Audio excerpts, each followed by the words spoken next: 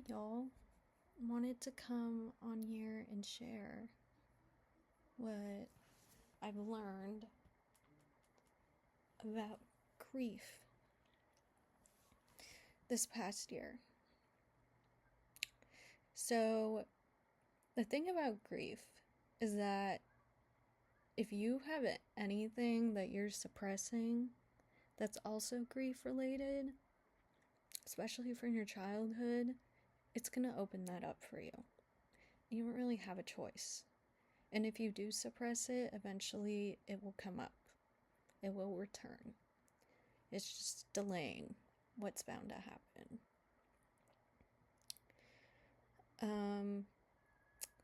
The value of vulnerability is really important, but I've also learned a lot about discernment and how to use that to gauge who to be vulnerable with.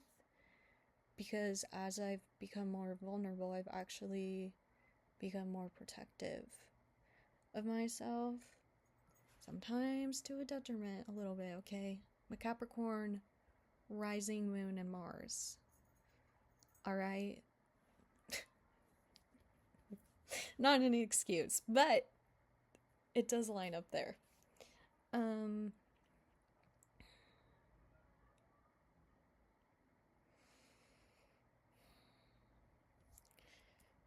I've had a lot of experiences, spiritual experiences, since this person has passed.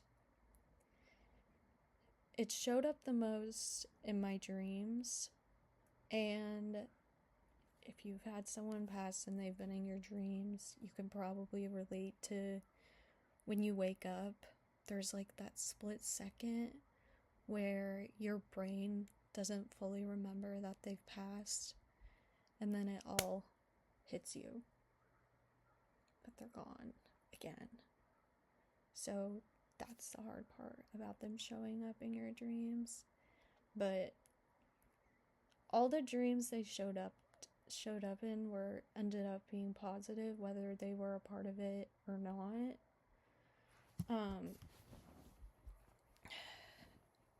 So it was like more like a bitter sweet feeling when I would wake up.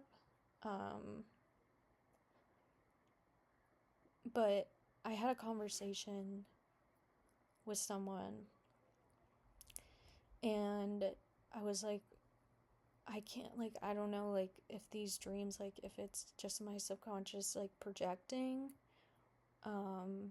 or it's, like, actually, like, real. And her response was like, well, would it really matter if it's real or not?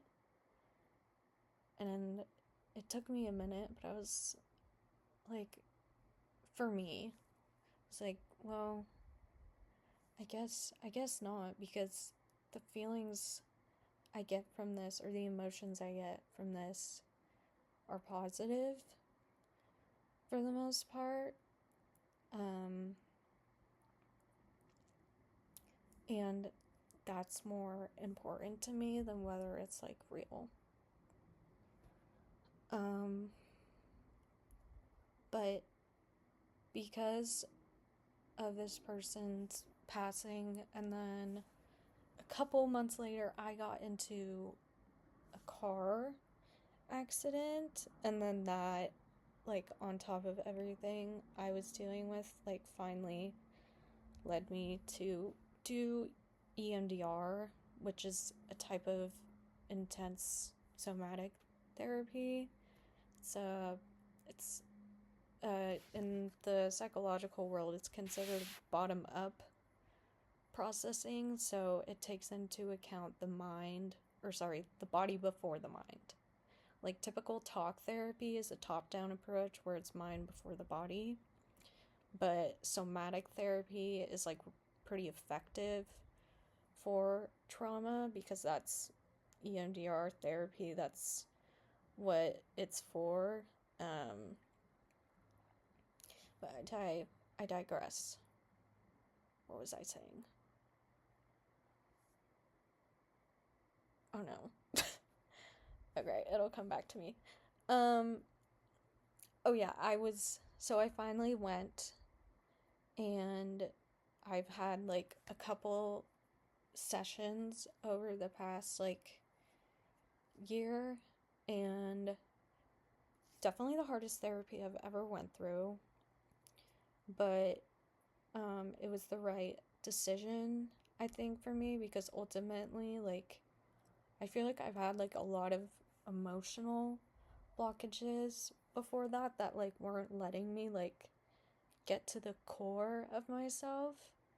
Like, I like to um describe healing trauma like you have like all of these like extension cords that are like tangled up together, and you have to like individually go through all the cords and pull them out and then find the right outlet for them or get rid of them.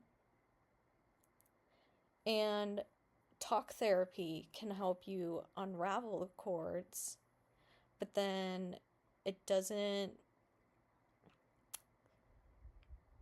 it doesn't really give you much more than that. So like the EMDR was like the final step to finally be able to like figure out what outlet all of my cords in my brain went into.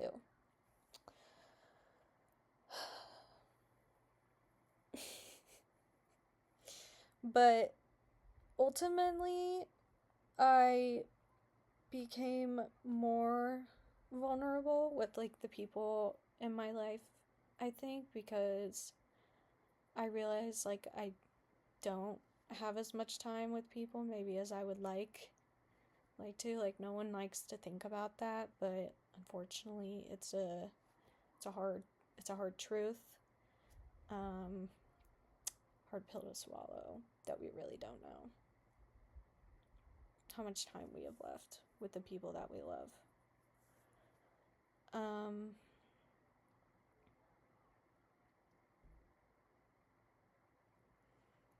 but naturally, I'm like a closed off person.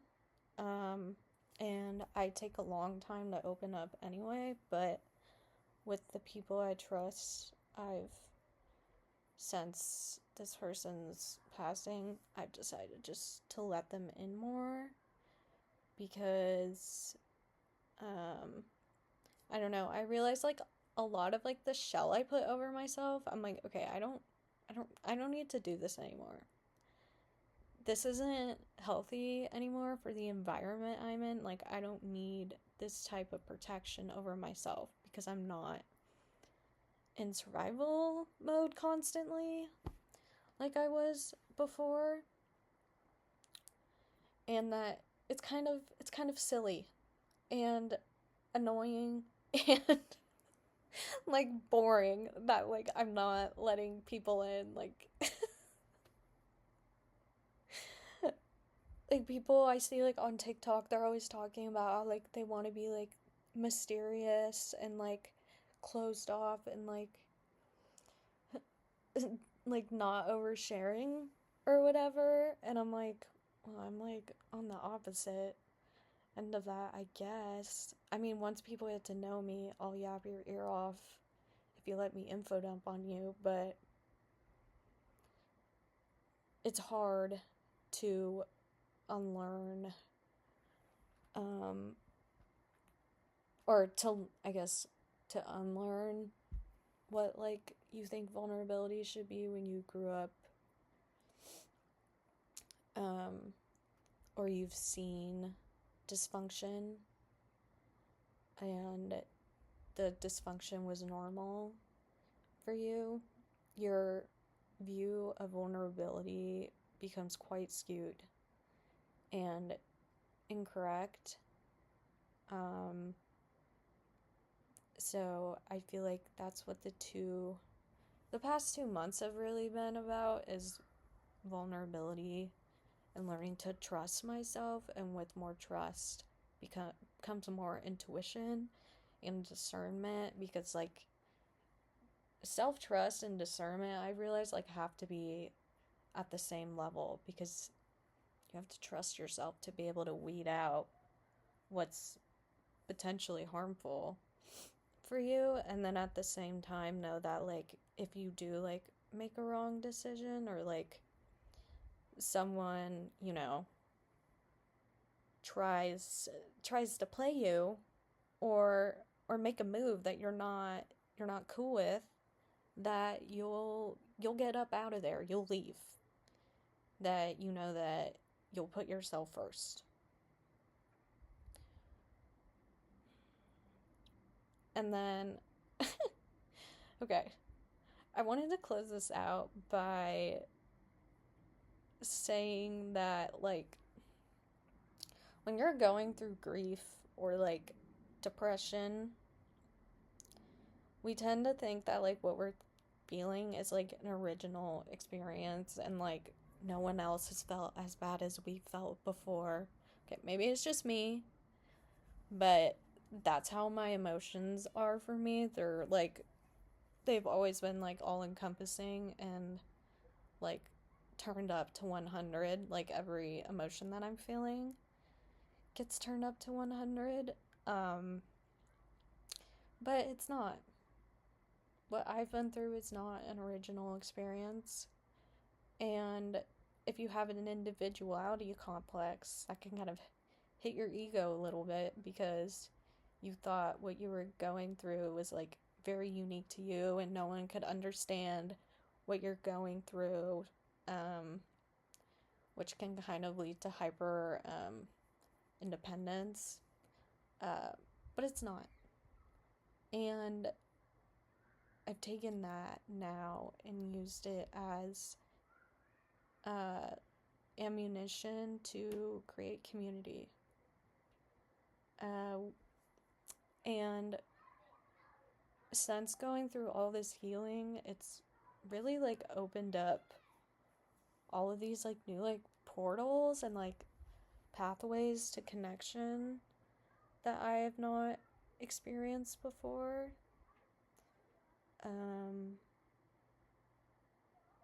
Yeah, I hope you all enjoyed this little advice session, and thanks for watching.